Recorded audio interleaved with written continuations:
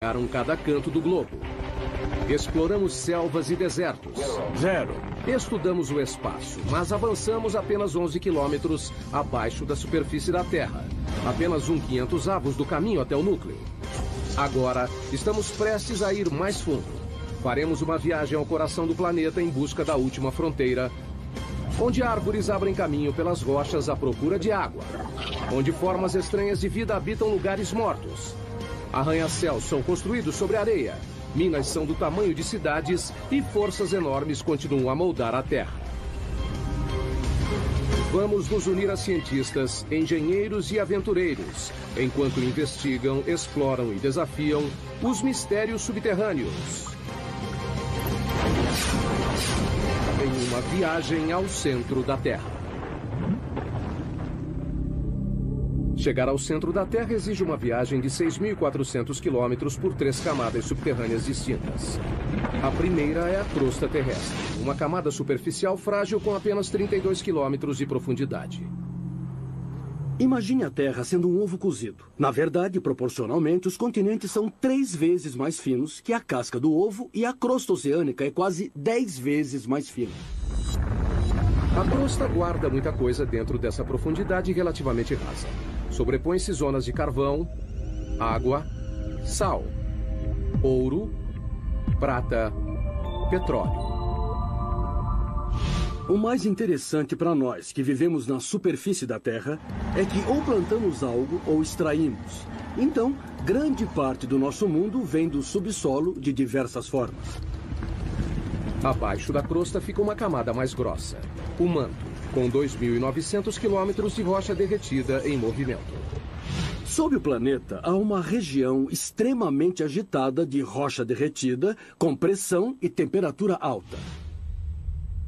A mais de 3.780 graus Celsius, o manto está em agitação constante, rachando a crosta acima em grandes placas chamadas tectônicas. Essas placas agem moldando a Terra como em nenhum outro planeta. As placas que se movem centímetros por ano podem se juntar ou se separar com resultados incríveis. Temos vulcões em erupção na superfície, terremotos, e ainda conseguimos sobreviver nesse equilíbrio delicado.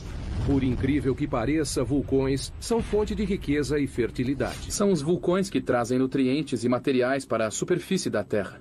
E é por isso que temos os solos férteis. É de onde vêm os recursos minerais e é como se formam. 2.900 quilômetros abaixo, no núcleo externo, o ferro derretido guarda a chave para a nossa sobrevivência.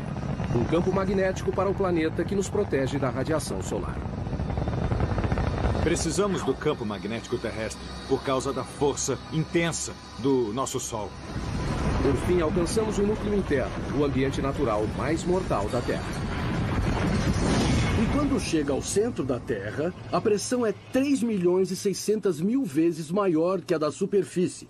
É o suficiente para pegar essa rocha de granito e diminuir seu volume pela metade. Nossa incrível viagem começa a poucos centímetros abaixo de nós. Se retirarmos a camada superior da Terra, encontraremos um mundo de insetos, nenhum tão difundido quanto o da formiga. Esse ninho deve ser bem grande. Formigas construíram incontáveis ninhos sob a superfície de todos os continentes, exceto na Antártica. Dá para ver formigas saindo por cima. Parece que algumas delas carregam larvas. Formigas existem há 120 milhões de anos. São anteriores a dinossauros como o tiranossauro. Dividiram a Terra com estegossauros e tricerátops. São 140 mil formigas para cada humano. Eu não conheço outro inseto social que seja tão difundido. É uma sociedade que se estende por trechos imensos do ambiente terrestre. Formigas são rápidas. A velocidade delas é equivalente a um humano correndo a 65 km por hora. E são fortes. Podem levantar até 20 vezes o próprio peso, como um homem adulto levantando um carro. Mas o que mais fazem é construir ninhos. Surpreendentemente, uma tarefa crucial para os humanos. Os ninhos ajudam o ar e a água a penetrar no solo, mantendo-o fresco e fértil.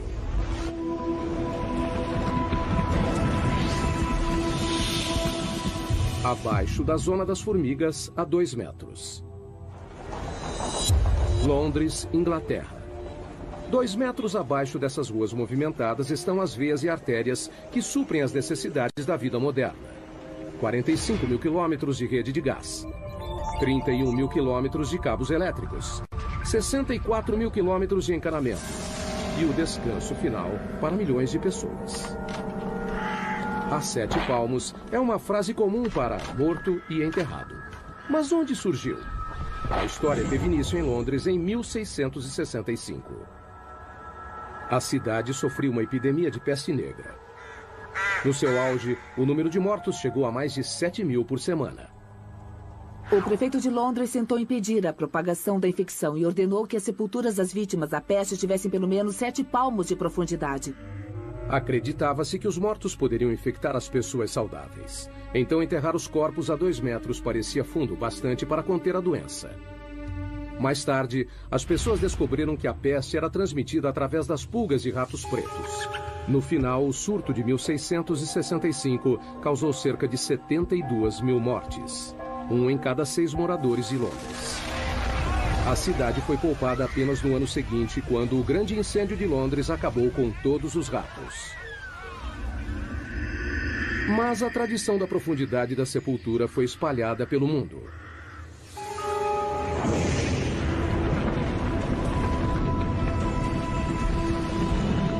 Mais a fundo, outro pequeno passo em nossa viagem ao núcleo. 5 metros abaixo. Só há uma criatura capaz de viver nessa profundidade. Esses túneis são o lar do cão da pradaria, o maior cavador do mundo. Um animal que tem um impacto surpreendente em nosso ecossistema. Os cães da pradaria adultos têm 30 centímetros e pesam cerca de 1,5 kg, mas no subterrâneo são literalmente escavadeiras. Eles empurram a terra com a mão ou chutam a terra com as patas. E a parte mais interessante é que usam a cabeça como uma britadeira. Uma toca pode ter 5 metros de profundidade e mais de 90 metros de comprimento. É maior que um campo de futebol. E também incrivelmente complexa. O projeto incorpora um sistema de condicionamento de ar sofisticado. 2 entradas de diferentes alturas criam um vácuo parcial que puxa o ar pela entrada mais baixa e empurra para fora pela mais alta. Então, a toca é um sistema bem complicado. Eu acho que não existe outro animal que tenha um sistema tão complicado. Essas pequenas criaturas têm uma importância inesperada para outros animais. Muitos outros animais dependem dos cães da pradaria para sobreviver. Por exemplo, essas tocas têm um impacto importante no modo como a água e os nutrientes circulam no ecossistema da pradaria. A grama com elas é mais nutritiva. O terreno se beneficia com a presença de cães da pradaria. A escavação traz ar para o solo e os dejetos ajudam a fertilizá-lo. No início de 1800 havia 400 milhões de cães da pradaria, mas os fazendeiros os viam como peste e atiravam-os e envenenavam. Hoje existem menos de 100 milhões. Péssima notícia para as áreas onde vivem. Eles não fazem mais parte do ecossistema da pradaria como faziam antes, há 200 anos, porque não há número suficiente para povoarem o local e terem o impacto que precisamos. Então teremos mais corujas buraqueiras, os bisões irão se alimentar, as salamandras também. Por um lado, eles não estão ameaçados, mas o ecossistema da pradaria, como deveria ser e como era há 150 anos, esse está ameaçado. A próxima parada na nossa viagem ao núcleo é a 15 metros. Aqui, em muitos lugares do mundo, formas de vida superiores desaparecem. A Terra dá lugar a rochas. Começamos a encontrar carvão. O carvão se formou há cerca de 300 milhões de anos. Foi um processo único. O clima era mais quente e úmido do que hoje. Um grande pantanal dominava as regiões equatoriais da Terra. Com a queda de árvores e apodrecimento da vegetação no solo pantanoso, sedimentos sobrepostos foram comprimidos em rochas. Hoje, o carvão gera 1/3 da eletricidade do mundo. 7 bilhões de toneladas por ano são produzidas mundialmente. As maiores minas de carvão estão na China, Rússia e Estados Unidos.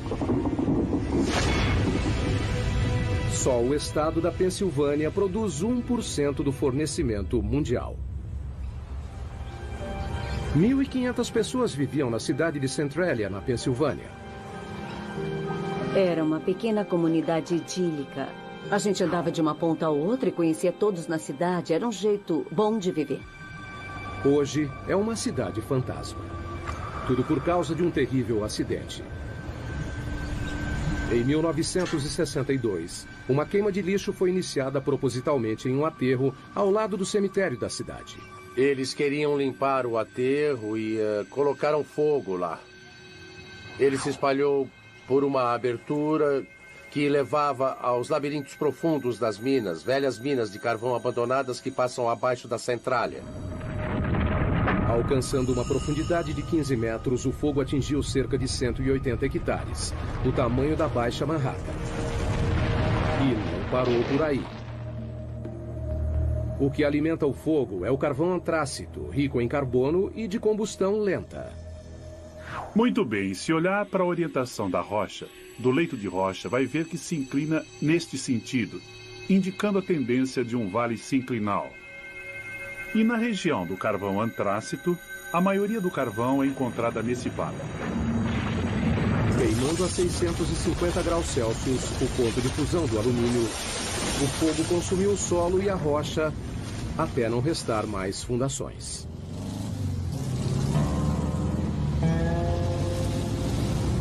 Hoje, o que era a Avenida Locust, a principal rua de Centralia, virou o trecho de uma estrada rural.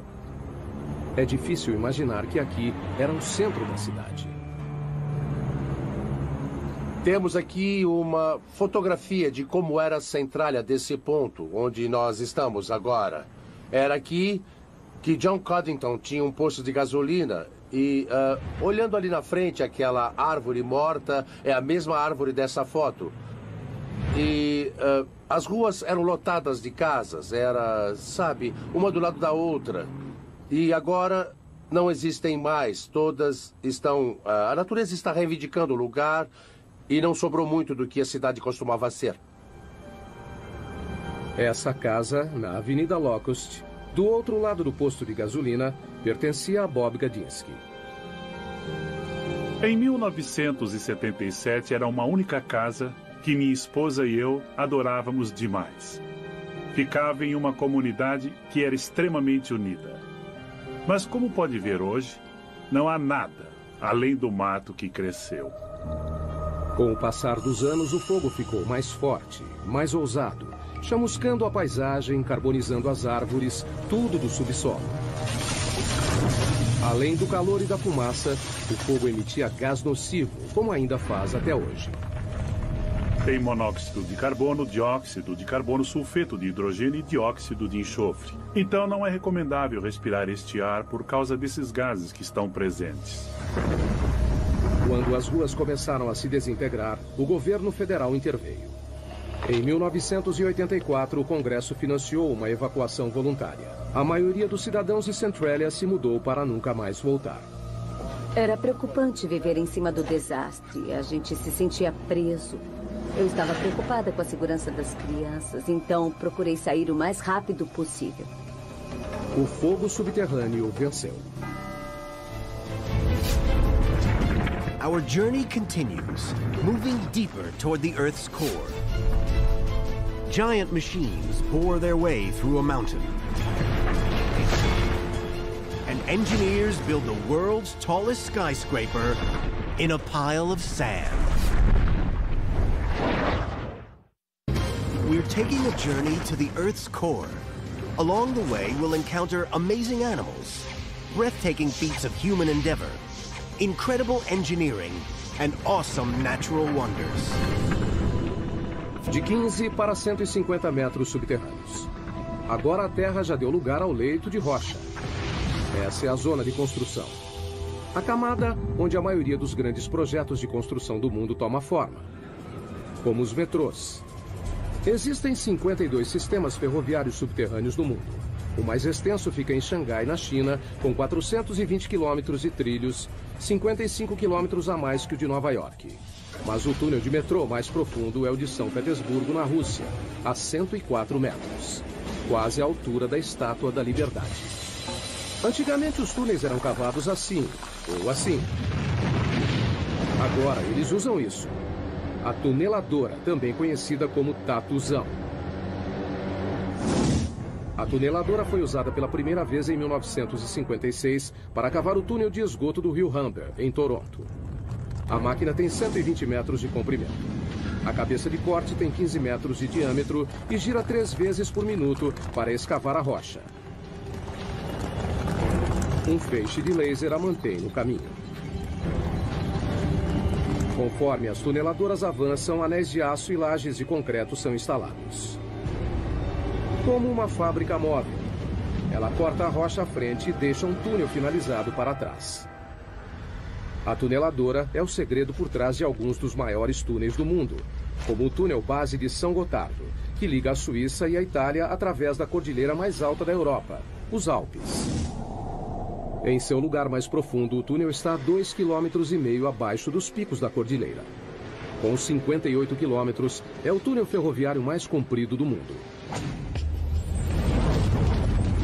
A construção começou em 1996. Foram utilizadas 4 tuneladoras que perfuraram 2 túneis paralelos simultaneamente dos 2 lados, através de 24 milhões de toneladas de rocha. Demorou 14 anos, mas, em outubro de 2010, o projeto foi finalizado. Antes, os caminhões levavam 4 horas para chegar de Zurique, na Suíça, até Milão, na Itália. O túnel diminuiu o tempo de viagem em 90 minutos. Um leito de rocha pode ser um empecilho para os engenheiros, que precisam atravessá-lo para construir um túnel, mas esse mesmo leito é necessário para a base dos edifícios mais altos do mundo. Nova York, cidade dos arranha-céus mais antigos e famosos do mundo. Para manter esses prédios monstruosos em pé, engenheiros ancoraram as fundações no leito de rocha, montaram uma plataforma e construíram por cima.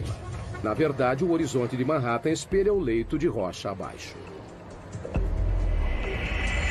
O método de ancoragem sustenta diversos arranha-céus, incluindo o prédio mais alto do mundo. O Burj Khalifa, em Dubai, tem 823 metros de altura, com uma fundação de 50 metros de profundidade. Mas um arranha-céu pode ser construído onde não há um leito de rocha? É um desafio que os engenheiros enfrentam na próxima parada de nossa viagem. 115 metros no subsolo, embaixo de um dos edifícios mais altos do mundo, o Petronas Towers, em Kuala Lumpur, Malásia. Incrivelmente, essas imensas torres de concreto e vidro não ficam no leito de rocha, mas sim na areia. Nunca construa casas da areia. Bom, provamos que casas podem ser feitas da areia com as técnicas de engenharia certas. A construção começou em 1996. Os 2 edifícios foram projetados com 88 andares, 460 metros de altura. Cada um pesaria em torno de 300 mil toneladas. No começo, a ideia era colocar as fundações em leito de rocha, mas análises revelaram que a rocha abaixo do local de construção se curvava acentuadamente para baixo, como um penhasco subterrâneo de quase 185 metros. Se continuassem, as torres ficariam metade sobre o topo do penhasco e metade fora. Um convite para o desastre. Se mantivéssemos a posição original, não haveria a torre desabaria. O local da construção estava em uma área confinada do centro. Não havia espaço para construir as 2 torres inteiramente no leito de rocha. Então, decidiram erguer toda a construção fora do leito de rocha. Mas isso significava fazer as fundações em uma camada de areia, através do solo macio. As fundações seriam mantidas no lugar pelo atrito, a mesma força que mantém um prego na madeira.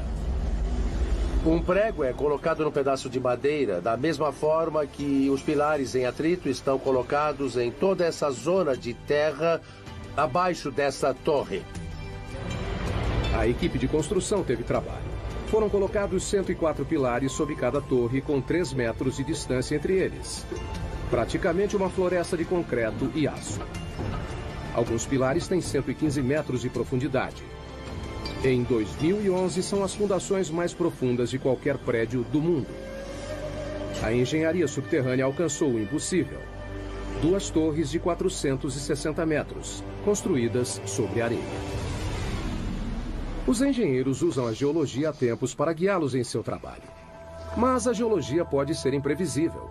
O próprio termo leito de rocha remete a algo resistente, mas não é sempre assim. Um leito de rocha pode ser bastante antigo. Essa rocha tem 1,6 bilhão de anos. Mas também é bastante vulnerável a um elemento simples: a chuva. Caindo no leito de rocha durante bilhões de anos, a chuva causa deformações e rachaduras. Essas fraturas podem ser enormes. Aqui está uma que se estende por todo o comprimento dela. A água acaba formando cavernas, de onde pode passar para grandes lagos e rios subterrâneos. Mais profundamente encharca a rocha como uma esponja. Na verdade, também deve ter de 5 a 10 oceanos de água dentro das rochas da Terra. 99% da água doce do mundo encontra-se no subsolo. As maiores reservas estão na China, Rússia, África e Estados Unidos. O aquífero Ogallala é o maior dos Estados Unidos. Estende-se do Nebraska ao Texas, cobre 450 quilômetros quadrados, uma área do tamanho da Suécia, e chega a 150 metros de profundidade. Mas em muitos lugares do mundo, a água subterrânea está secando. Isso significa que pessoas, animais e plantas precisam ir mais fundo para conseguir o que resta.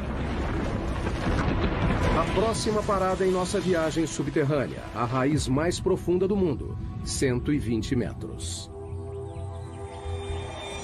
Mpumalanga, África do Sul. Em uma encosta sobre as cavernas Eco fica um bosque de figueiras de 150 anos. Elas sobreviveram a um duplo desafio: crescer em rochas e sem nenhuma fonte de água aparente. Quando olha isso, parece que saiu do Senhor dos Anéis. Raízes e rochas normalmente não se misturam. Árvores geralmente crescem em solo fértil, mas o clima aqui é árido. Não há chuva durante metade do ano. As figueiras precisam de 23 litros de água por dia para sobreviver e até quebram rochas para conseguir. As raízes são geneticamente programadas para saber que a água se encontra abaixo delas. A ponta da raiz libera um tipo de lubrificante chamado mucilagem para suavizar a passagem da raiz. Conforme cresce, a raiz procura rachaduras e pontos fracos nas rochas. Figueiras contam com uma única raiz mestra para encontrar água. Essa vai bem fundo. A pergunta é: quanto? Bom, lá vamos nós, descendo para as profundezas da Terra. Quanto mais fundo, mais difícil, não é? Não é maravilhoso o que a Mãe Natureza faz? Só para procurar água? Puxa, essa raiz está meio esquiva. Tomara que a gente encontre alguma coisa mais na frente. Finalmente, Burroughs vê algo. Nossa, finalmente. A 37 metros de profundidade está o primeiro sinal de uma raiz de figueira. Demora 70 anos para a raiz chegar nessa profundidade. E quando encontra a umidade, a viagem acaba. Até o final da raiz, a profundidade é 120 metros. Estamos vendo as raízes mais profundas do mundo. Nesse momento tem água aqui. Tem água sendo bombada abaixo da minha mão até a árvore. O caminho todo até a superfície. Down through layers of rock, our journey continues. 100 feet deeper than the tree root. The pressure has climbed 220 pounds per square inch, 15 times greater than at the surface. Not the most hospitable place to spend the night, you'd think.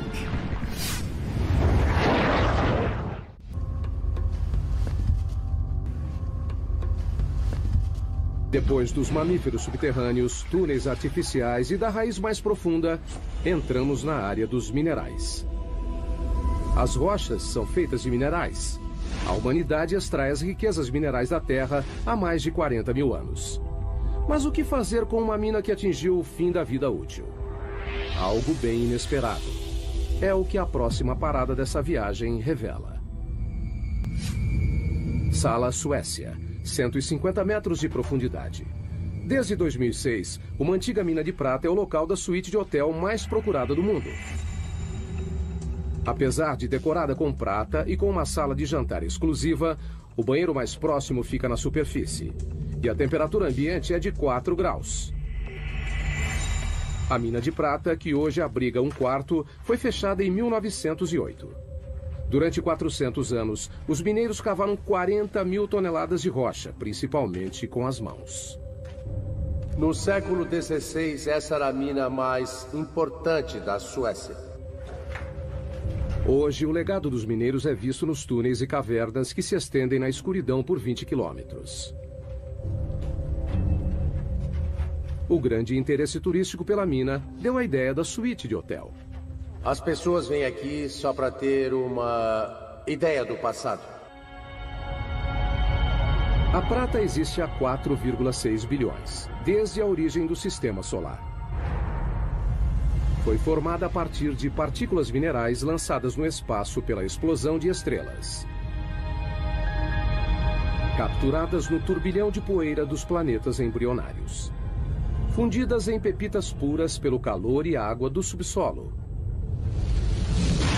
Hoje, a prata é extraída na Austrália, China, Europa e nas Américas, somando 20 mil toneladas por ano. Em Sala, a água que ajudava a criar a prata da mina ainda está lá. Metade da mina é cheia de água. Enquanto a mina funcionava, bombas levavam a água para ser filtrada. Mas isso acabou. Essa mina inundada contém cerca de 5 milhões de litros, o suficiente para encher 25 mil banheiras.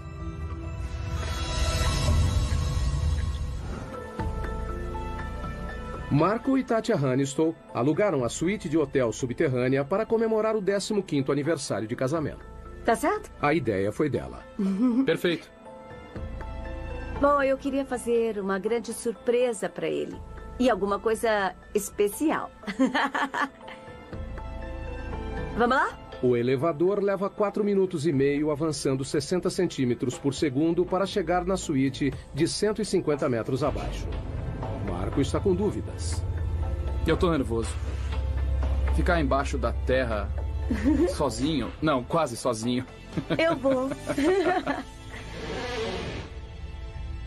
Olha só, o casal chegou ao seu destino. Uau!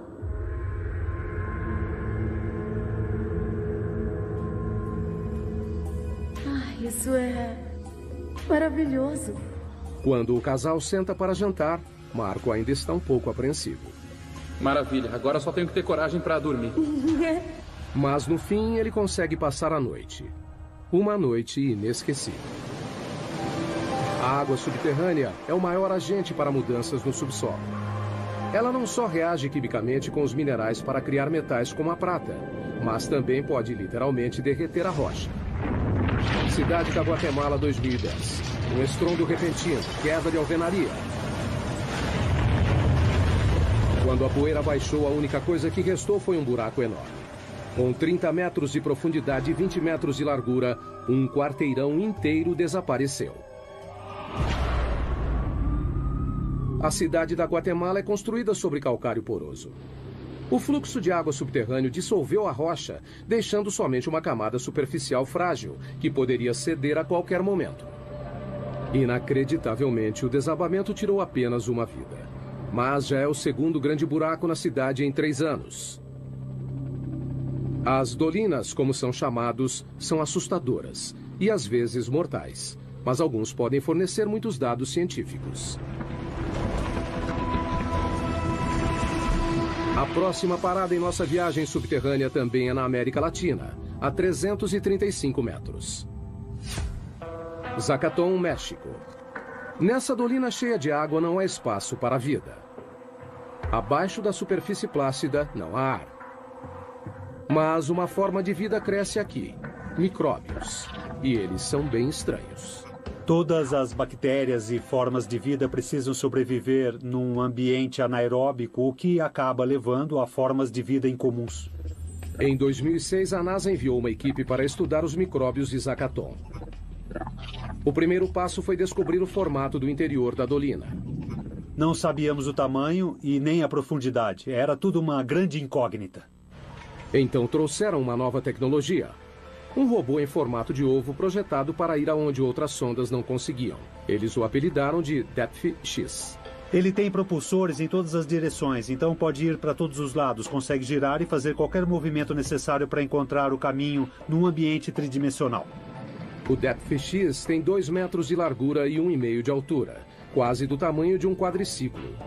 O que o torna especial é que não usa controle remoto, ele se dirige sozinho. Assim que some da superfície, fica completamente por conta própria. E nesse período, então, ele precisa tomar as decisões sozinho. Para enxergar, o robô depende do sonar, uma tecnologia desenvolvida no início do século XX para emitir ondas sonoras potentes pelas paredes e o chão da dolina. Como um morcego voando em uma caverna escura, o robô cria um mapa em 3D, atualizado e contínuo em sua memória. A habilidade do Depth X em pensar por conta própria foi algo pioneiro na engenharia robótica. Para poder mapear, para coletar uma amostra ou voltar para a superfície, são escolhas que dependem somente dele. Depois de 50 mergulhos, o Depth X conhecia cada centímetro do lugar. As pessoas se perdem em grutas e não sabem se estão na segunda ou terceira interseção.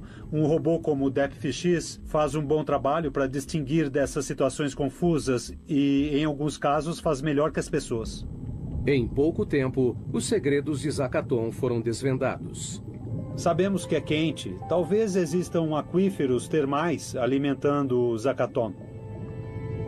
Mas a maior surpresa foi a descoberta de mais de 100 tipos de bactérias, incluindo 6 novas espécies de micróbios chamados de arqueia, que têm um estilo de vida estranho, à custa de enxofre.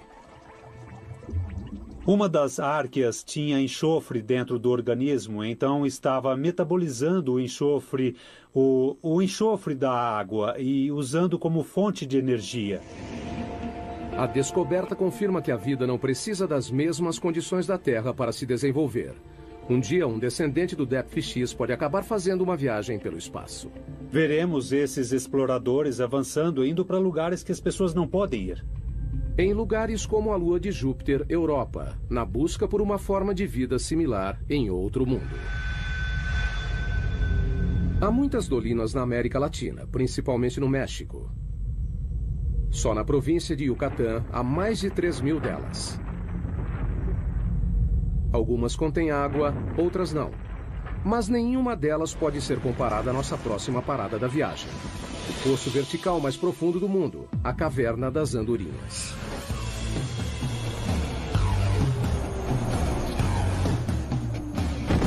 Para alguns paraquedistas, essa gruta representa um desafio único.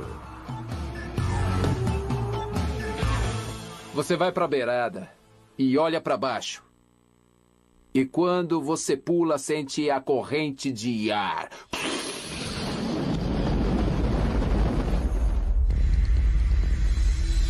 430 metros de profundidade. 40 metros de diâmetro no topo, que se abre para 2 hectares no fundo. O poço tem as mesmas dimensões do Empire State. A Caverna das Andorinhas recebe esse nome por causa das aves que fazem ninhos em suas paredes superiores. Milhões delas saem ao amanhecer e voltam ao anoitecer. Mas o que é fácil para os pássaros é difícil para um paraquedas. A posição e a noção de tempo são tudo. No subterrâneo, os paraquedistas correm o risco de ficar desorientados. Quando salta para o subterrâneo, as paredes te cercam. Vai encarar uma parede o tempo todo. O paraquedista tem 6 segundos e meio para puxar a corda. Se demorar mais, não haverá tempo do paraquedas abrir. A queda é de 37 metros por segundo. Acertar o chão nessa velocidade é como bater o carro contra uma parede de tijolos a 130 km por hora. Mas e para voltar à superfície? Nós prendemos em uma corda de resgate amarrada a uma manivela e podemos subir 2 paraquedistas em 10 minutos. Daí repetimos tudo. On our next stop on the journey, we're going 1,800 feet underground to mine a mineral that no one can live without. Seguindo em direção ao centro da Terra, estamos em busca de minerais. Nossa próxima parada, a maior mina de sal do mundo em Ontário, Canadá. A mina Sifto, a 550 metros. O sal é uma espécie de rocha composta de sódio e cloro. É tudo o que restou do oceano que uma vez cobriu a Terra. Por causa das mudanças climáticas, ele evaporou.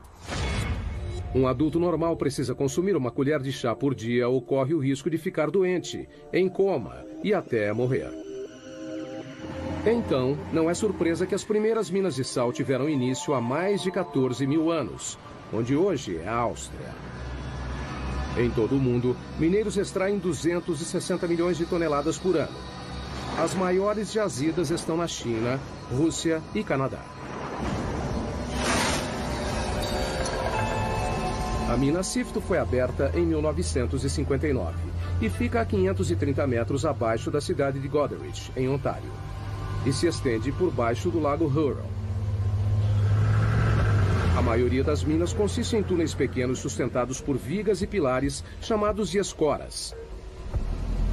Sifto parece mais uma cidade subterrânea.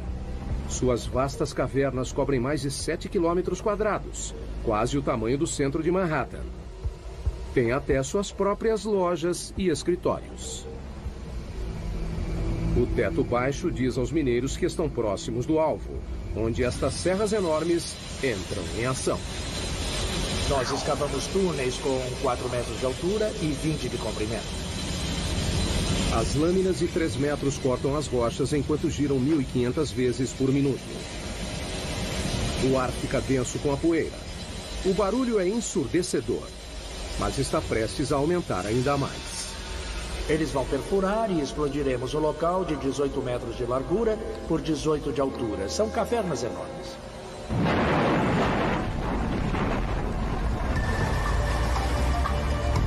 Caminhões gigantes levam as rochas cortadas de volta para a mina e colocam nas mandíbulas de um triturador faminto.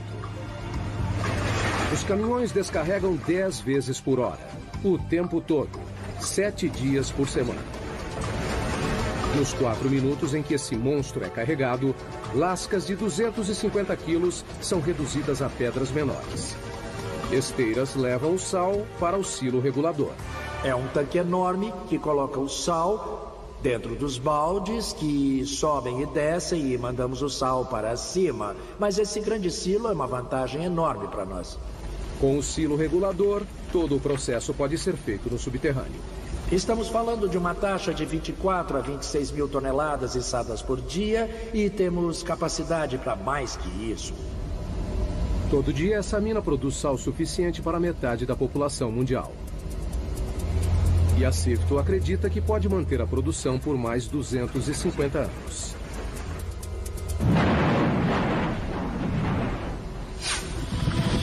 Nossa próxima história nos leva a 180 metros abaixo da mina Sifto, uma outra mina de sal em Sondershausen, Alemanha. Essa mina recebe um evento atlético diferente. A maratona mais profunda do mundo. Corrida subterrânea. Esse pessoal é louco. Correr uma maratona subterrânea é uma experiência muito diferente de correr na superfície. A gente não se sente livre. Na floresta sente o vento e todo o resto, mas no subterrâneo não. As condições são extremas. Veja a temperatura, por exemplo. A cada 18 metros abaixo da crosta, a temperatura aumenta meio grau. O motivo disso vem de 4,6 bilhões de anos, a origem da Terra. A mistura de gases e partículas em espiral que formaram o planeta incluía poeira cósmica radioativa. Depois de comprimida em rocha, sua energia radioativa foi liberada na forma de calor, que continua até hoje. Trabalhar nessas condições pode ser difícil. Correr pode ser ainda mais complicado. A uma profundidade de 730 metros, os corredores subterrâneos lidam com um calor de 27 graus. É muito quente. Parece o inferno. 40% de umidade. O ar não é muito bom. Aqui embaixo, acho que esse é o pior problema. E um percurso difícil. A corrida é executada em um circuito desigual que sobe e desce 215 metros em cada volta. Quando leva um tombo aqui, pode se machucar muito feio. Em uma maratona normal, os pés ficam 0,2 de segundo no chão. Com a fadiga, ficam mais tempo no chão. Na mina, quanto maior o contato, maior o risco. Tá vendo isso aqui? É escorregadio. Precisamos de tênis com uma boa sola, como essa que é grande, mas eu acho que podia ser maior. Eu acho que travas seria muito bom. Ter cravos. Ou cravos. Embaixo. Inevitavelmente, o terreno traiçoeiro faz uma vítima. Quebrou? Não dá pra saber. Por que maratonistas correriam em condições tão perigosas é um mistério. Mas se perguntar para eles, dirão a mesma coisa. É emoção, é a corrida mais difícil do mundo. Eu acho que quem pode dizer que correu uma maratona 600 metros abaixo da terra? Depois de passar metade do dia no subterrâneo, os maratonistas estão livres para voltar à superfície. A temperatura quente, o ar seco e as duras condições foram temporários. Mas para 33 mineiros chilenos em 2010, sair não foi tão fácil. O teto do túnel desabou e os prendeu a 730 metros, a mesma profundidade da maratona. Os mineiros suportaram um calor de 27 graus, o ar denso com pó de rocha, escuridão e isolamento. Eles nem tinham certeza de que sairiam de lá. A entrada do resgate teve que ser aberta através de uma rocha vulcânica chamada basalto, famosa por deslizamentos repentinos. Temendo provocar um novo desabamento, equipes de todo o mundo usaram tecnologia moderna para cavar a entrada do resgate. Foi um processo lento. Depois de 69 dias, todos os 33 mineiros foram resgatados. Foi um dos maiores resgates de minas de todos os tempos. Heading down, half a mile, 3/4. We're now beyond the 1 mile mark. Buried under 6,800 feet of solid granite, this underground lab is hunting one of the smallest objects in the universe. Moving down, 1 mile under the Earth, we've seen world-beating feats of engineering, space-age robots, the minerals we need every day, and an underground marathon. Estamos nos aproximando do local mais profundo em que um humano já esteve. Esse é o laboratório científico mais profundo do mundo. É bem movimentado aqui. O Observatório de Neutrinos de Sudbury, ou Snow Lab, está a 2 quilômetros abaixo do centro de Ontário. 2 experimentos estão em andamento. Um deles está na fase final de comissionamento. 3 experimentos grandes estão em construção. Os cientistas estão à procura de algo que só pode ser visto a 2 quilômetros abaixo da superfície. Partículas minúsculas de matéria cósmica, chamadas neutrinos. Tão pequenas que 200 setilhões deles caberiam em um grão de areia. São 200 com 24 zeros. Não é uma surpresa que os neutrinos sejam fracos. Elas são partículas incrivelmente leves e, normalmente, passariam pela Terra completamente despercebidas. Cientistas descobriram os neutrinos em 1956. Estão em todo lugar do universo. Para detectar algo tão pequeno, precisa filtrar e excluir os raios gama, os raios X e a radiação ultravioleta que constantemente bombardeiam a Terra do espaço. Queremos provar que não é uma radiação convencional que de algum modo interfere e imita os sinais esperados. Então precisamos de muita proteção. Por isso o laboratório é tão profundo. Esses raios cósmicos tornariam a medição sensível do neutrino algo impossível. Os 2 quilômetros de rocha no laboratório Sudbury reduzem esses raios cósmicos a um fator de 10 milhões. Encontrar algo tão pequeno quanto o neutrino requer equipamentos grandes. Se você procura uma partícula, precisa aumentar suas chances de vê-la. Cobrindo uma área de 7.250 metros quadrados, tão grande quanto 6 piscinas olímpicas, as câmaras e túneis interligados do laboratório parecem mais uma estação espacial ou uma base lunar do que um laboratório subterrâneo. O laboratório levou 18 anos para ser construído e custou cerca de 70 milhões de dólares. Neutrinos deixam um pequeno traço de luz quando atravessam certas substâncias. Essa caverna já abrigou 60 mil toneladas de rocha. Agora, abriga uma esfera de 12 metros, que comporta 760 litros do líquido conhecido como água pesada, uma forma natural de H2O mais sensível aos neutrinos devido ao seu grande peso molecular. O neutrino causa uma reação que gera luz, que reage com os detectores de foto. Então, dá para descobrir sua energia, direção e por aí vai. Nessa profundidade é difícil transitar pelo laboratório. O elevador desce a 640 metros por minuto. Depois tem 1,5 km de caminhada. A temperatura ambiente é de 27 graus. É quente por causa da pressão nessa profundidade. Ao redor deles, a rocha está sendo espremida a mais de 544 atms, mais de 500 vezes a pressão atmosférica na superfície. Quando fizeram o laboratório, enfrentaram um desafio: criar um ambiente subterrâneo puro. Mantemos as fontes de poeira e contaminação no mínimo absoluto graças ao esforço constante na limpeza.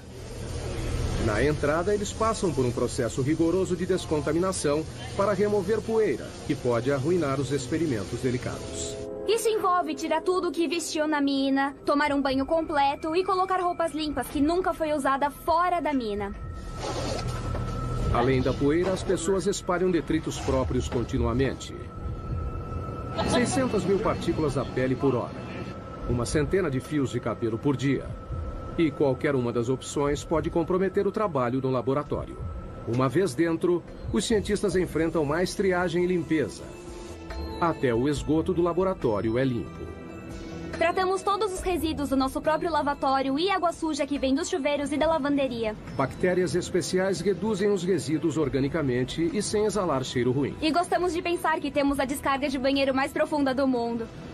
Um conforto que os exploradores subterrâneos no próximo nível da nossa viagem ao centro da Terra com certeza iriam gostar. Dentro da mãe de todas as cavernas, a 2,5 km no subsolo. Esses exploradores poloneses esperam ir além do que qualquer outro explorador já foi. Eles treinam para uma descida na J2, que faz parte dos 2,5 km de profundidade do sistema de cavernas Chev, no México. O que nós procuramos é a caverna mais profunda do mundo. A erosão da água da chuva criou a J2. A descida envolve fissuras, desvios e câmaras alagadas. Passar por esse percurso subterrâneo não será fácil. Temos que continuamente treinar para conseguir isso. A descida de 2,5 km é tão profunda quanto a altura do Monte Santa Helena. Por isso, os exploradores precisam se equipar como montanhistas subterrâneos. Arnesses, cordas, grampos e capacetes. A caverna Kasprovia Nizhnia, na Polônia, tem condições similares à J2. Só não é tão profunda. O treinamento da descida começa. Conforme a equipe desce, a frequência cardíaca sobe para 140 batimentos por minuto. Os exploradores geralmente queimam 6.000 calorias por dia, quase o dobro do normal diário. A gente tem que trazer muito alimento para a caverna. Na expedição verdadeira, cada explorador carregará mais de 27 quilos de alimento para um acampamento até quase metade do caminho. Mesmo que seja cansativo carregar todo esse alimento para cá, porque estamos a pouco mais do que 1 quilômetro, é essencial, porque a gente precisa encher a barriga. Os exploradores adoram entrar no subterrâneo. Quanto menor e mais apertado, melhor. Para mim é como um parquinho. É brincar com os amigos. Mas a verdadeira J2 não é um jardim de infância. Ela contém passagens tão apertadas que até os exploradores mais experientes achariam assustadoras. Eu sou pequena, então não costumo me sair mal em lugares apertados, mas não entro em lugares muito apertados. Eu acho que odiaria isso. Para passar pelas fissuras, os exploradores precisam reunir toda a experiência e habilidade. Porque se você escorregar apenas 20 centímetros, você pode ficar preso em uma fissura. O que poderia ser fatal, já que o resgate não conseguiria chegar tão longe. A descida continua. Os exploradores seguem a viagem.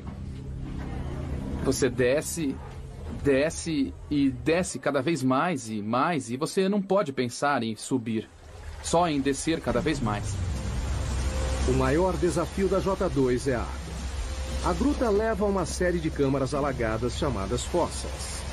São 3 dias rastejando, pulando, escalando e descendo para chegar nesta passagem alagada, cheia de água, onde você precisa usar o equipamento de mergulho e então o jogo começa. Se chover enquanto estiverem no subterrâneo, a equipe corre o risco de ficar presa. Na última expedição, a J2, 2 equipes ficaram presas nessa caverna. Mas com o avanço do treinamento, uma volta para o México é uma perspectiva que ainda deseja. Nossa equipe era de 6 pessoas, nós descobrimos a entrada, então sinto como se fosse nossa caverna. A essa profundidade há ar e água, mas não há luz do sol. Por isso, os exploradores não costumam encontrar muita vida. Então, cientistas que procuram pistas sobre a origem da vida na Terra devem ir mais além. No fundo do mar. Aonde quer que vá, no fundo do oceano, vai encontrar água que carrega vida microbiana. No litoral de Vancouver, na Colômbia Britânica, o submergível Alvin faz o mergulho. Pensamos nos estudos como nossas missões da Apollo. Alvin é um mini submarino de águas profundas de 16 toneladas e 7 metros de comprimento. Ele leva uma equipe de 3 pessoas a 2,5 km de profundidade na busca por micróbios gerados no interior da Terra. Os micróbios não se parecem com nada na superfície. 75%, no mínimo, do conteúdo genético dessas vidas nós não conseguimos reconhecer. É isso que o Alvin procura. Água quente saindo debaixo do leito do mar, que é rica em micróbios. Estamos começando a entender que eles existem, só não entendemos direito exatamente como. Essas aberturas podem atingir temperaturas de 400 graus Celsius. São resultado do movimento das placas tectônicas. O litoral de Vancouver fica sobre a placa Juan de la Fuca, uma das mais de 12 placas que estão em constante movimento. Quando as bordas das placas se afastam, criam fissuras gigantes no leito do oceano. A água é sugada, aquecida no subsolo e então liberada por aberturas no fundo do oceano em um ciclo contínuo, trazendo os micróbios com ela. A equipe de Katrina não faz ideia de até onde existe vida dentro da crosta. Essa é uma das coisas mais surpreendentes. Não sabemos até onde há vida. Para descobrir, estão instalando sensores conhecidos como rolhas, em uma área de 3.240 km² do leito do mar, 2 vezes maior que o tamanho da cidade de Los Angeles. As rolhas de 2,5 metros são equipadas com monitores de pressão e temperatura. Foram colocadas em posição 460 metros abaixo do leito do mar, num total de 3.200 metros da superfície. O objetivo é rastrear o caminho da água quente dentro da crosta terrestre. Temos que entender o fluxo da água, quais os tipos de micróbios que existem lá. É só seguir a água que encontrarão micróbios. The next stop on our journey to the Earth's core, 7 miles down, we join an exclusive club. The 2 men who managed to set a depth record that's never been beaten.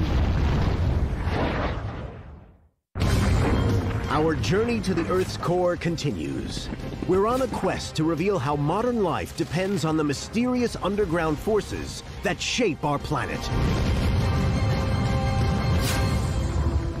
As riquezas minerais do planeta regem a maior parte da economia mundial. Quanto mais raro, mais os mineiros cavarão para encontrá-lo. Altona, África do Sul. Viajando a 16 metros por segundo, os mineiros levam 1 hora para descer os 3.000 metros até o fundo da mina mais profunda do mundo. A missão: achar ouro. O ouro é formado a partir da poeira cósmica, de um modo parecido com a prata, só que é mais raro.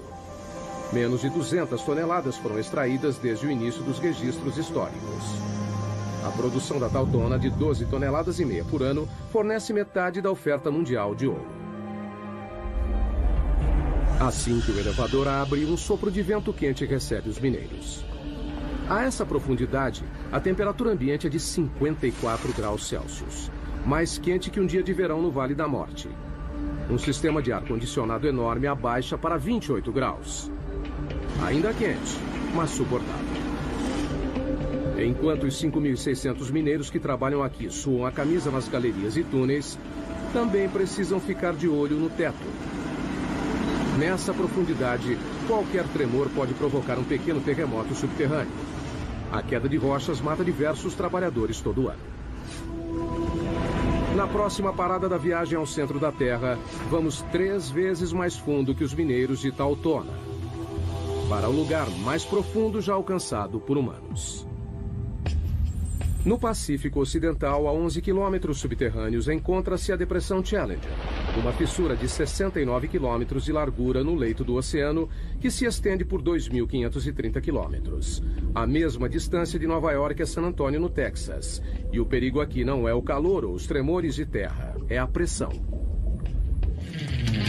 Em 23 de janeiro de 1960, o oceanógrafo suíço Jean Piccard e o comandante da Marinha americana Don Walsh partiram em uma embarcação subaquática única para se tornarem os primeiros e até agora únicos humanos a verem o verdadeiro fundo do mar.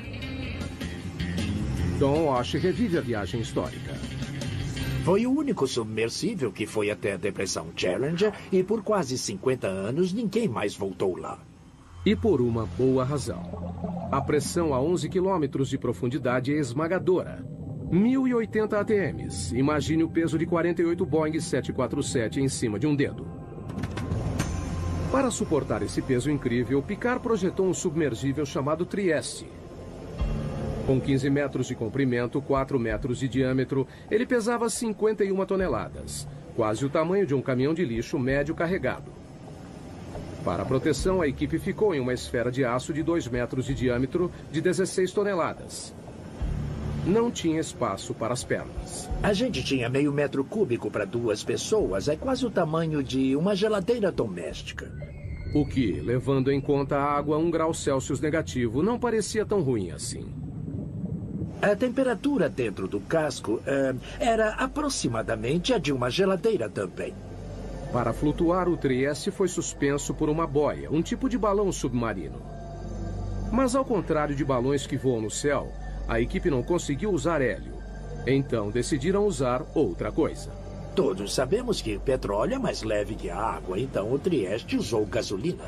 Foram necessários mais de 85 mil litros de gasolina para conseguirem flutuabilidade. O suficiente para encher 500 tanques de carro. 8 da manhã, hora da ação. A descida começa. É um processo lento e cauteloso. O tamanho e o posicionamento das janelas da cabine do Trieste dificultam a visão. Esta é a janela de visão principal. É uma peça de acrílico de 18 centímetros de espessura e tem uma portinhola do outro lado da esfera com uma janela menor. E tem uma janela no tubo de entrada. A 200 metros, o Trieste mergulhou na escuridão. Eles atingiram o limite de penetração da luz solar. Mas a 910 metros, a natureza trouxe ajuda. A única coisa que iluminava o abismo era a bioluminescência dos animais e plânctons. Como se fossem vagalumes, eles carregavam a própria fonte de luz. Então parecia neve caindo de cabeça para baixo. Depois de mais de 1 hora, surgiu um problema. Houve um barulhão a 6 quilômetros. A 6 quilômetros submarinos, Walsh teve que verificar os equipamentos. Ouvimos o barulho, checamos todos os medidores internos e parecia tudo bem, então continuamos o mergulho. Mas então ele viu algo. Olhei pelo vidro da portinhola e vi uma rachadura assim na janela. A equipe estava a 1 passo da morte certa.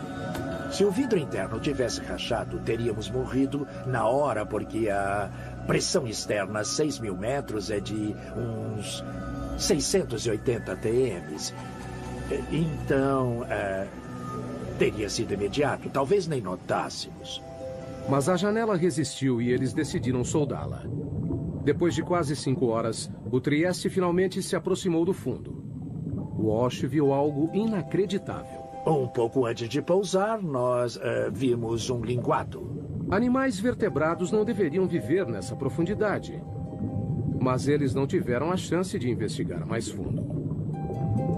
Assim que pousamos, uma nuvem enorme de sedimento subiu e só baixou depois de 20 minutos. A lama do fundo do mar os cegou. Foi como estar numa tigela de leite. Eles não tiveram escolha. A gente não via nada, não dava para tirar fotos e a lama não baixava. Decidimos voltar para a superfície. Para permitir que o Trieste fizesse a viagem de volta, Walsh controlou o peso soltando o lastro. A gente tinha 2 barris de lastro cheios de bola de aço e no fundo do barril tinha um eletroímã. Com o ímã acionado, as bolas ficaram no barril. Desligamos a força elétrica e elas desceram. Ao apertar um botão, o Trieste começou a voltar para a superfície. E entrou para a história. 11 quilômetros é o limite para a exploração humana. Atravessamos mais de 1/3 da crosta terrestre. Pessoas saem de cena, máquinas assumem. Todos os cientistas utilizam ferramentas para ajudá-los a explorar lugares que não podem ir. Telescópios, microscópios. Mas geólogos enfrentam um problema diferente.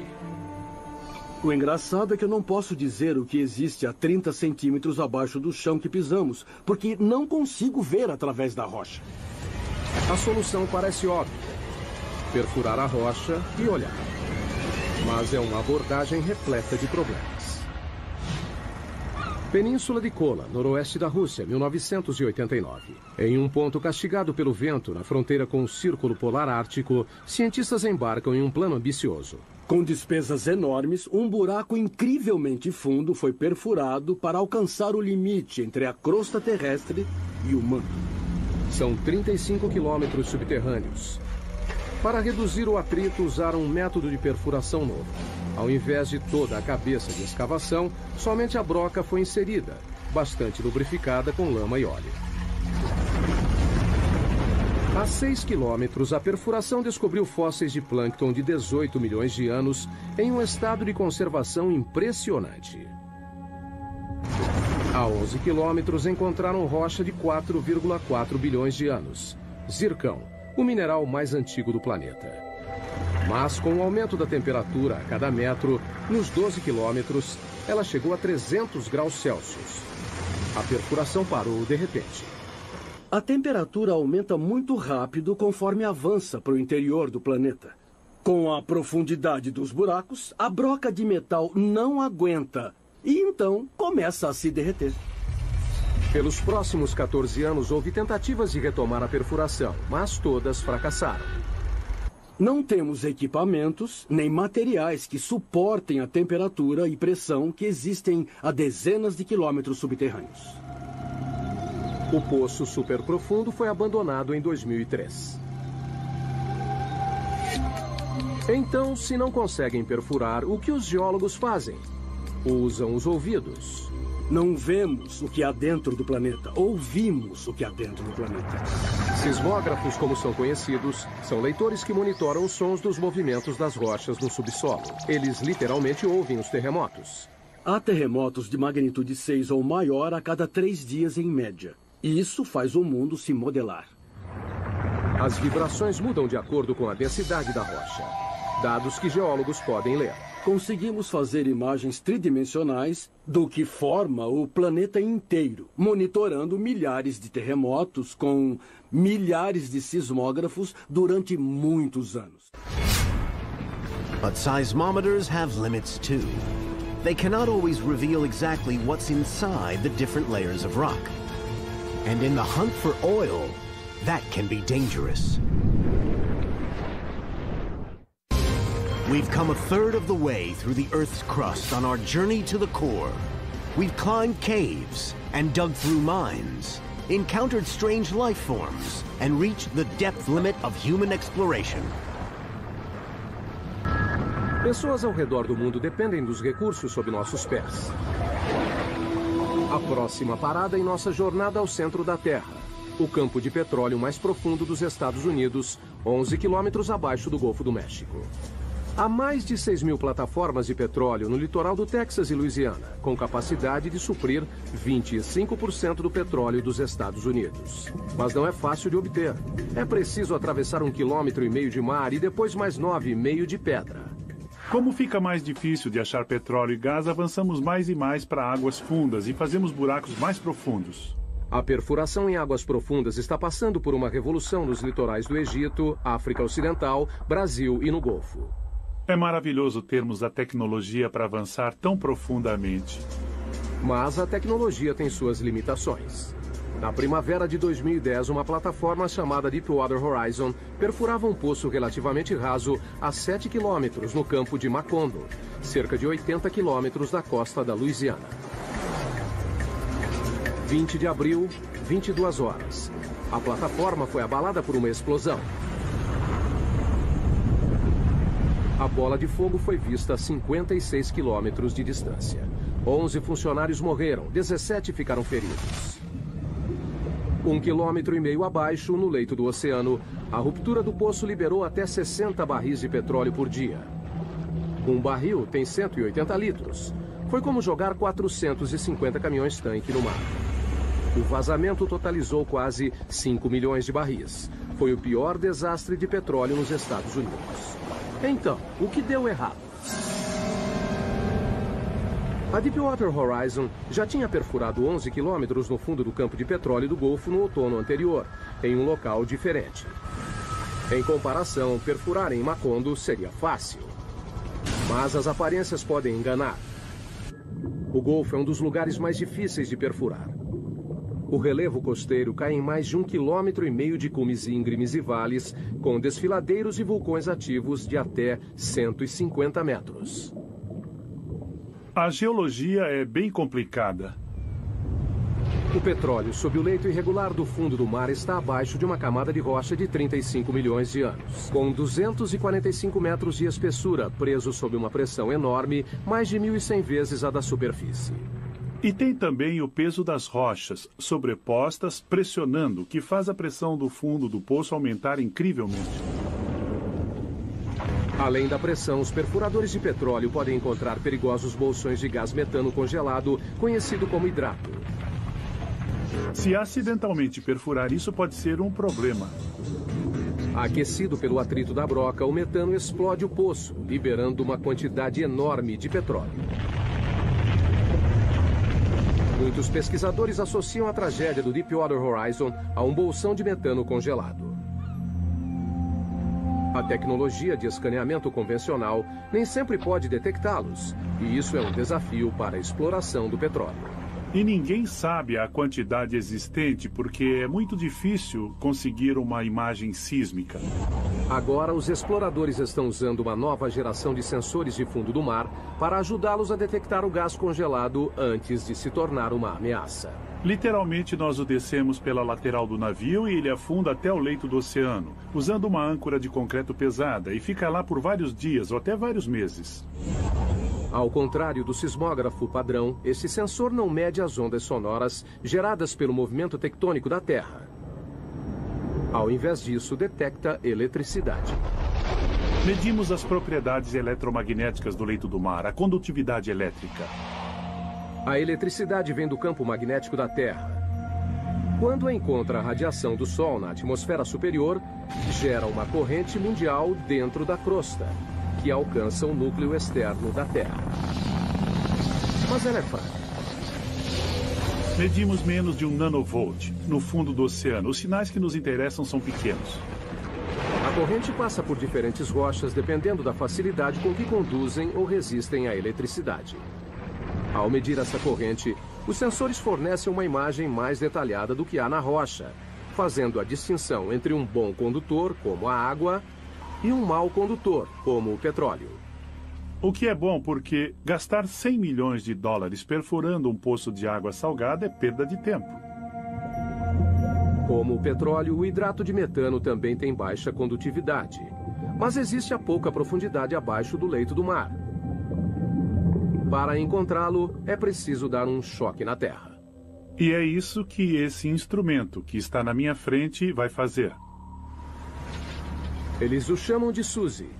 da sigla em inglês para Instrumento Aquático de Energia Elétrica. Ele usa uma fonte de 2.000 volts com corrente de até 500 amperes. Um mini-raio, 5 milhões de vezes mais forte que a dose necessária para matar um ser humano. Nós descemos com um cabo de reboque atrás dos navios de pesquisa, muito próximo do leito do mar. Alimentamos com energia e ele gera uma corrente elétrica que é injetada na água por uma antena. E então eles medem o resultado. Uma leitura superficial que mostra uma rocha resistente à eletricidade pode significar que ela contém bolsões de hidrato. Só o tempo poderá dizer se o escaneamento eletromagnético ajudará a reduzir os riscos de explosões em campos de petróleo submersos. Enquanto isso, a técnica está sendo cada vez mais usada por cientistas. É como examinar uma panela de sopa fervendo e ver tudo o que está acontecendo. E revela muitas coisas sobre o movimento das rochas no interior da Terra. Com as imagens de alta resolução dos sismógrafos, podemos perceber pequenos detalhes do que acontece no interior do planeta, coisa que realmente não era possível durante muitos anos. Moving further down, 10 miles, 20 miles toward the bottom of the crust. Tectonic plates are on the move, triggering deadly earthquakes. While molten rock held rigid by pressure pushes at every crack and fissure, waiting for a chance to explode to the surface. Estamos quase na metade do caminho pela costa. Cerca de 5 quilômetros mais fundo do que qualquer ser humano já foi. Não é um lugar muito agradável. Aqui a temperatura da rocha é de 480 graus, quente o bastante para derreter vidro. A pressão é de 1.500 ATMs. E estamos à procura de terremotos. Em todo o mundo, as placas tectônicas se chocam e se curvam contínua e lentamente. Uma média de 2,5 cm por ano, quase a velocidade do crescimento das unhas. Mas na superfície, esse movimento pode ter um impacto devastador. Janeiro de 2010, Porto Príncipe, Haiti. Um terremoto de magnitude 7 balançou a cidade. O choque principal durou apenas 10 segundos, mas os tremores continuaram por 2 semanas. Nessa parte. Aqui, ó. No final, 230 mil mortos. Quase 300 mil edifícios destruídos. E 2 milhões de desabrigados. Foi o 4º pior terremoto da história. Terremotos têm o potencial para ser o tipo de desastre natural que é o mais catastrófico. No Haiti, a linha de falha que causou essa devastação tinha apenas 64 quilômetros de comprimento e se moveu 2 metros. Ainda assim, os tremores desencadearam forças inimagináveis. Existe muita energia armazenada na Terra quando a onda vem até a superfície. O choque ondulou no solo como um cobertor, em ondas de até 4 metros de altura. Quando atingiu a superfície, a onda se concentrou, refletiu e então voltou. Portanto, a intensidade da onda nesse local deve ter sido o dobro. Esse é o Centro de Pesquisa em Terremotos da Universidade da Califórnia, em Berkeley. Aqui, cientistas trabalham destruindo coisas. Esses são alguns modelos de teste de colunas de canto e pode ver que estão bastante danificadas. Essas pilhas de entulho são restos de testes de laboratório. O fruto do trabalho científico para criar o edifício perfeito à prova de terremotos. Cientistas descobriram que se um terremoto acontece uma vez, ele se repetirá no mesmo local. Não é uma questão de ser, mas de quando. Simulação. Na Califórnia, infelizmente, temos terremotos com bastante frequência e por isso nós queremos estar preparados para o próximo. As opções são se mudar ou se proteger. Simulação. Nós temos que nos preparar para os terremotos com projetos melhores. Durante um terremoto, o movimento mais perigoso não é para cima e para baixo, mas de um lado para o outro. Aqui, ó. nessa parte. Este engenheiro trabalha em um projeto para deixar as paredes mais resistentes aos movimentos laterais mortais que derrubam edifícios. Criamos um tipo de conexão aqui, então ela faz a transferência da carga lateral. Esses painéis são ligados por chapas de aço que recebem a tensão. As placas podem quebrar sem que a parede desabe. Os painéis são uma mistura de concreto e fibras de aço para os tornarem mais flexíveis e menos quebradiços. Foram projetados para serem danificados. A equipe de Berkeley usa uma variedade de equipamentos para submeter novos projetos a lentos processos de destruição. Este enorme bloco de concreto tem 8 metros de comprimento e 7,5 de altura. Pesa 300 toneladas. Há muita energia latente presa em toda essa estrutura. Quando esses 4 cilindros hidráulicos empurram o bloco, eles transferem a energia para as estruturas em teste. Nesse caso, as estruturas são as colunas e vigas semelhantes à de um arranha-céu. Ninguém sabe qual será o resultado. É a primeira vez que testamos algo desse tipo. O objetivo é levar tudo ao limite. O edifício é empurrado em uma direção e as vigas são giradas contra as colunas. O aço curvou, mas a estrutura sobreviveu.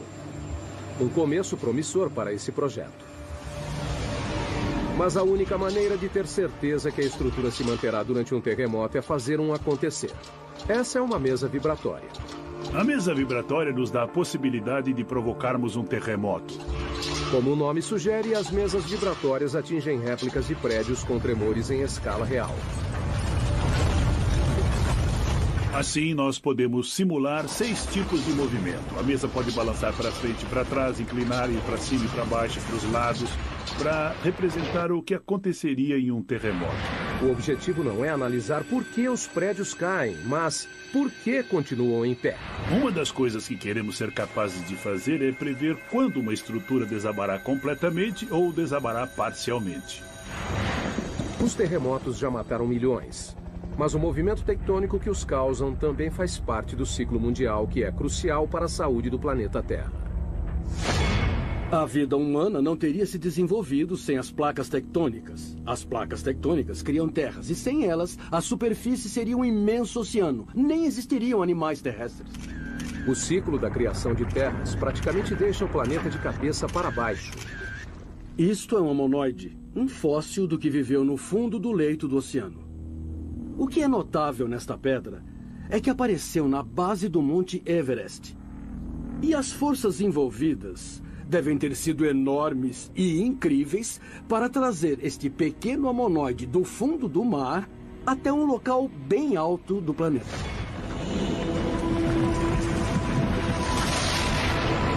E a fonte dessas forças estão mais abaixo das placas tectônicas. É a próxima parada da nossa jornada ao centro. 35 quilômetros abaixo está o manto.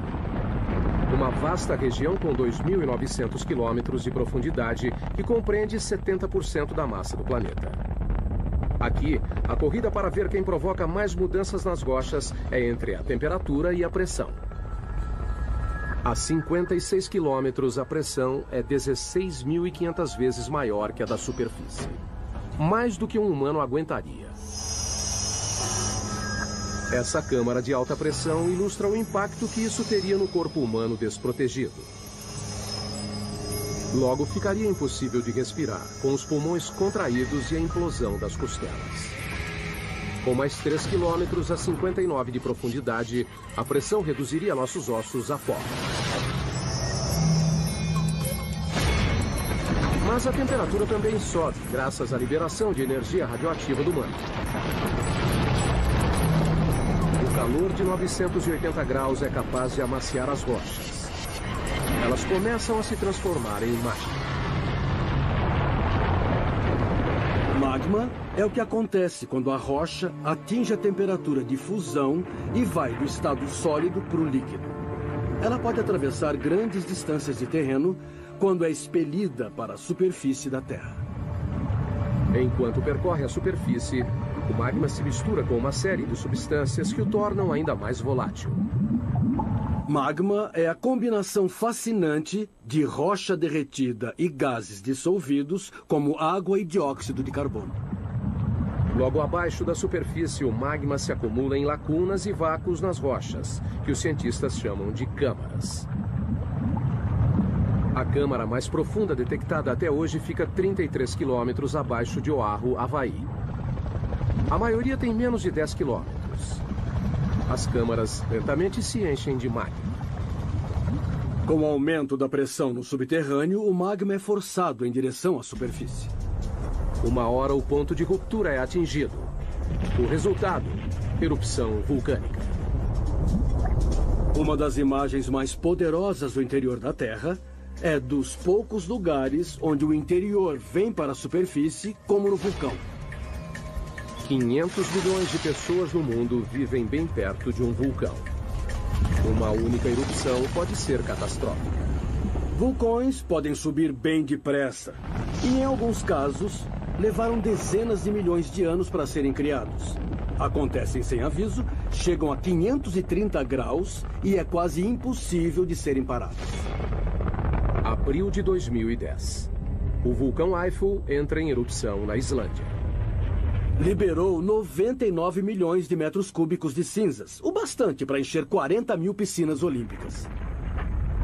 Uma nuvem de cinzas de 9 quilômetros foi para o ar. Espalhou-se por mais de 1.800.000 quilômetros quadrados, maior que a área do Alasca. A erupção provocou uma paralisação de 6 dias dos aviões em todo o hemisfério norte e segurou mais de 1 milhão de passageiros por dia. Os serviços voltaram ao normal depois de um mês. We're moving deeper, 1,800 miles down through the mantle toward the boundary with the core. Conditions here would vaporize a human being instantly. Yet here lies the protector of all life on Earth, a mysterious magnetic field. And beyond that, the goal of our journey, the center of the Earth. Estamos chegando ao núcleo externo em nossa jornada ao centro da Terra. Uma zona de 2.100 quilômetros de ferro derretido, imprensada entre o manto e o núcleo interno sólido. Para chegar aqui, passamos por água e rocha. Combatemos temperatura e pressão. E revelamos os segredos subterrâneos que moldam nossas vidas. Mas um mistério permanece. O que faz a Terra ser magnética?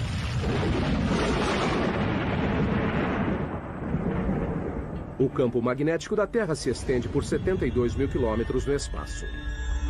Ele protege o planeta da força total da radiação solar.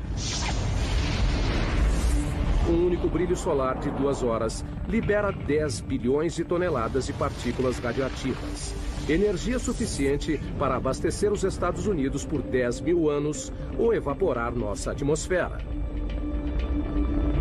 Sem o campo magnético para bloqueá-las, as partículas solares acabariam com a vida na Terra.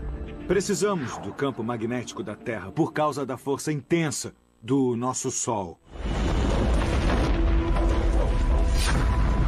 O campo se origina do núcleo externo rico em ferro. A próxima parada da nossa jornada, 2.900 quilômetros subterrâneos. A temperatura aqui é de 4.420 graus, quente o suficiente para vencer a rigidez e derreter o ferro. Quando o ferro se desloca, de alguma maneira, gera eletricidade. Cientistas a chamam de efeito dínamo. O efeito dínamo se refere à produção de campos magnéticos por movimento. Mas, como a movimentação de ferro fundido abaixo da superfície gera um campo magnético, é um dos grandes mistérios da Terra. Não sabemos realmente como essa turbulência na movimentação de metal líquido dá origem ao dínamo. São apenas movimentos aleatórios. Essa esfera gigante pode fornecer respostas. É um modelo mecânico da Terra. Parte de um experimento da Universidade de Maryland que tenta descobrir por que a Terra é magnética. A esfera tem 9 metros de diâmetro, pesa 23 toneladas e tem rotação de até 130 km por hora. Nós tentamos conseguir a velocidade verdadeira e, assim, tentar imitar as condições de um planeta. O núcleo externo é feito principalmente do mesmo material da esfera: ferro, um bom condutor elétrico. O núcleo interno é magneticamente fraco. Ninguém sabe por quê. Mas, como um dínamo gigante, o movimento em torno dele cria um campo magnético. Claro que Lathrop não pode reproduzir as condições reais do núcleo externo. Não podemos chegar ao centro, então não dá para ver como acontece diretamente. Mas ele acredita que pode chegar perto. Para obter os resultados, ele precisa encher a esfera com 3.217 litros de um líquido. Até agora, só usou água. Mas planeja usar sódio líquido fervente. O sódio é inflamável. Temos que ser bem cuidadosos com os riscos de incêndio. Mas, além do ferro fundido, é o único material que pode fazer o trabalho. O sódio tem a vantagem de fundir a uma temperatura relativamente baixa e é um excelente condutor comparado ao ferro líquido. A esfera é o mais novo de uma série de experimentos. Começamos a construir experimentos do tamanho da mão, depois de uma bola de basquete, depois, sei lá, bolas de ginástica. Esse foi o maior até hoje. Mas até agora, assim como o campo magnético da Terra, o resultado do experimento ainda é uma incógnita. Nenhum dos experimentos anteriores geraram o próprio campo magnético, mas temos todos os ingredientes necessários para conseguir o dínamo.